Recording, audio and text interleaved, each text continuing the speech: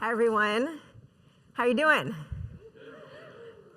We have heard some really amazing remarks already, and it's so fantastic to be in this space with amazing thinkers, innovators, and partners, helping to think about how we can do things differently. So I'm Meryl. I'm the Deputy Undersecretary for Natural Resources and Environment at the U.S. Department of Agriculture, where I work very closely with my colleagues at the Forest Service, a number of whom are in the room. I served as one of the co-chairs for the Wildfire Mitigation and Management Commission. Dr. Lori, another co-chair, is going to be speaking in a little bit. And I know there are a number of members of that commission in the room. I also serve as co-chair of the Wildfire Leadership Council. In all of those spaces, the need and the opportunity for innovation, for data technology, for processes, to make things better, to make it easier for communities to get access to the resources they need, for us to address the wildfire challenge, response, recovery, mitigation up front. The potential is so clear. And as you heard a little bit earlier, there are great examples of where innovation is happening with the Forest Service and across the system, and especially with many of you. So there's really great opportunities and examples of innovation. You also heard that there are some barriers and challenges at the organizational, at the system level. And we recognize that, and we've been hearing that. So there are a lot of things we can talk about, but what I really want to focus in on is what we within USDA and the Forest Service have been doing over the past year, since last year's Red Sky Summit, which I was able to attend, to address those challenges and make it easier. We really have taken this challenge head on. And we started something in the Forest Service. There's often system change, also often represented as a journey. So we had a safety journey. We're in the midst of an innovation journey, which we are focusing in on unlocking potential and unleashing innovation. That's what our Forest Service innovation journey is doing. So we needed to start with an internal scan of the landscape within the Forest Service to better understand where is innovation happening. It's happening at different levels of the organization and within different deputy areas. So we partnered with the Environmental Policy and Innovation Center, EPIC, I think you're here also, to help us do that internal scan and map out what is happening, what's working, why is it working, and what are the barriers and challenges that those centers of innovation have experienced as they've tried to create change within the agency. So EPIC partnered with us and did a report and made some recommendations. Based on that, we created an internal working group that's been meeting almost every week, every other week, every third week to look at those recommendations and figure out how to create change. We hosted a few months ago an internal Forest Service Innovation Trailhead Summit, where we brought together some of the most creative thinkers within the agency, again, across deputy areas, to highlight some of those examples of innovation and change, and also daylight where there have been barriers. So there are a couple of things that really became clear in that Innovation Trailhead Summit, and some of which were really well set up by previous speakers. One is that silos are a real barrier to innovation. There's great work happening, but it's not always clear what one individual is doing in one area or location, and how somebody from another area can build on that, learn from that, scale it up. So silos have been a real challenge. The second is really around translating idea to execution. And one thing that came out of our conversation, our Trailhead Summit, is that there tends to be this zone of ambiguity structurally, where a great idea or something that's happening on the ground level, it's really unclear how to pass that up and scale up and out. And then similarly at the national level, when folks come to leading policymakers and decision makers with ideas, opportunities, it's hard to figure out how to translate that onto the ground. So it's this kind of zone of ambiguity that's coming both from the top down and the bottom up that we need to create clarity around. And then the third is that our workforce is really hungry for innovation and opportunity.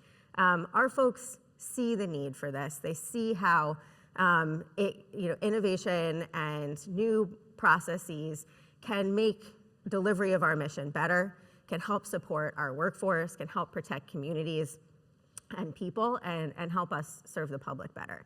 but that at times barriers and structural systems aren't set up to create the enabling conditions to be able to successfully innovate. So from that summit, we have charted a path forward, and we are eager to talk about next steps and to partner with you all. So we have now transitioned the work group to an innovation team. That team is cross-deputy area. It's led by the Chief Information Officer, the CIO's office. It will have continuing leadership. We will have a website and a charter, and an email. So one thing that we heard earlier was, I have a great idea, I have a project, I want to partner. Where do I go? And part of the challenge has been, you need to receive that effectively from within the federal family. You need both the business operations side to be able to identify and evaluate what's the mechanism for translating innovation into action, and you need the policy and subject matter expert side to understand what is the use case for this idea, how do we have an exchange for what our biggest gaps are in land management, and how can we figure out if something is a good match to be able to move forward, and how do we do that? So this team that we are creating will have both of those areas of expertise. And the website that you can send an email to, which will be staffed by members of the team, is sm.fs.innovation@usda.gov. And I'll make sure that Bill has that and can send that out. So there's now an official email where you can create, there is an open portal and an open door. The team is working to create the sort of underlying innovation framework for the agency that will allow us to be more innovative, more adaptable, more flexible, and to be able to respond on the timelines that are needed. It is creating an idea accelerator and incubator within the agency. It has started doing AI capacity building and training. And it's pulling from ideas that we've been able to daylight from across the agency to help create a cultural change in support of innovation and how innovation can help us better deliver on our mission. So those are all things that have happened in just the last year, in part based on the inspiration from this last year's summit. But we have a lot more to do. And this work docks in really well with the Wildfire Commission's recommendations and the work that's happening with a number of different partners in that space, as well as the work of the Wildland Fire Leadership Council, which recently hosted a science, data, and technology workshop, which some of you helped to lead and inform. So I think what I'd love to convey is, just as we all have gotten inspiration, and I remember talking to Jeff Marcellet in the Forest Service Yates building the week after the Red Sky Summit last year about how we could take all this energy and activate across the system and within the agency. Just as we've been able to make those shifts over the last year, there's still a lot more work to be done. And we need help.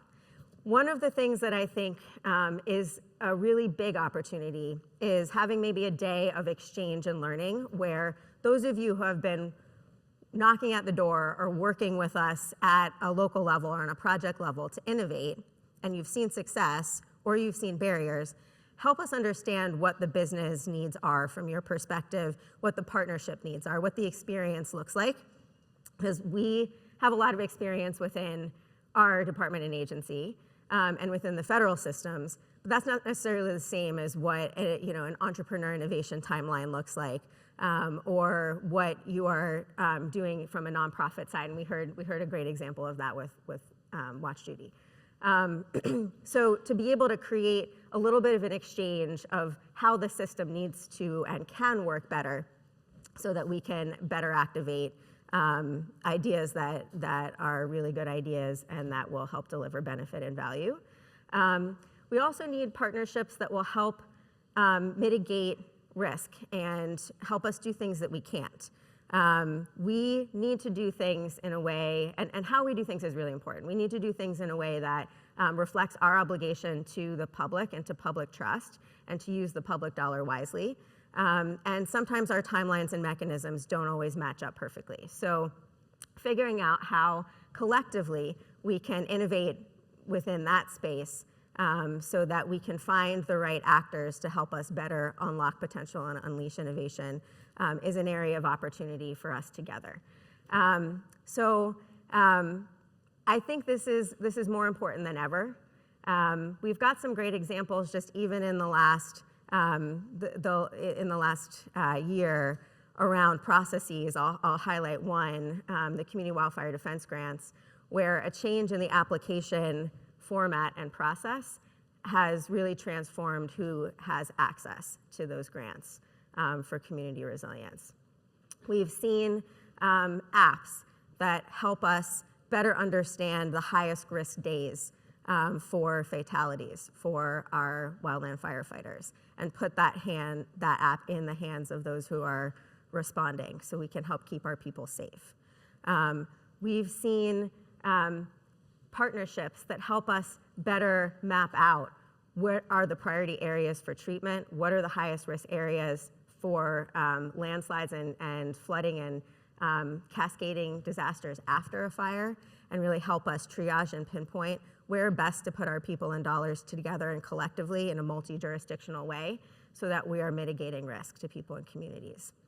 And we've seen systems that help us be able to put fire back on the landscape.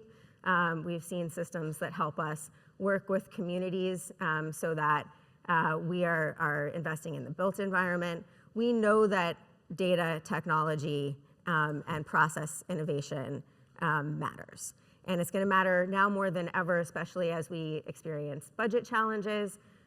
This work and these opportunities can help us make our workforce more efficient and more effective so that we can continue being of service to the public, to care for the land and serve people and communities.